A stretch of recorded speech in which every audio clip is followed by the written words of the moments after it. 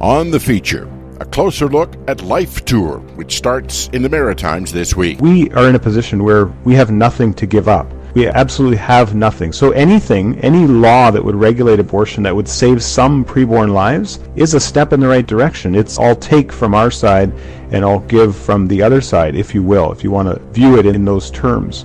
We're excited about the fact that we're going to be reaching thousands and thousands of people through this tour, and hopefully not only convincing those pro-lifers who are holding out for a perfect law, but also motivating the many millions of Canadians who are in the mushy middle. We hope to be giving them things that they can do about it. And in the news, the controversy over the new sex ed curriculum in the Ontario public school system just won't go away, while the fight against Bill 10 in Alberta is also continuing. And we've got an update on doctors' conscience rights in Ontario. And now, Lighthouse News. Lighthouse News is a presentation of ARPA, the Association for Reform Political Action.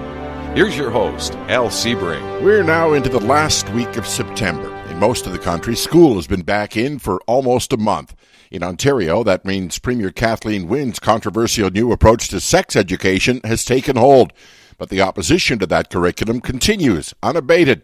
The ARPA chapter in Niagara continues to promote public awareness about it. We started off with presentations that went out to the local churches, and then we've put up some billboards, 5 in Niagara area and 3 more in Oxford, courtesy of Oxford ARPA chapter. Chris Hessels is helping to organize the campaign, which points people to a website called ourkidsourschools.ca.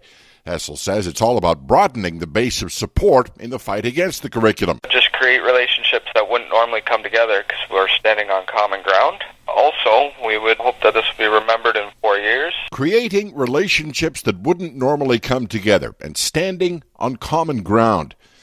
That's a reference to the fact that Christians aren't the only ones opposed to this curriculum. In fact, in suburban Toronto, there are schools that have been missing up to half of their students for the first 3 weeks of the school year.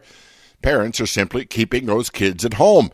Many of the parents, recent immigrants to Canada. They're not necessarily Christians. In fact, most of the protests have been centered on a particular school in the Don Valley West constituency. That's Premier Wynne's home riding.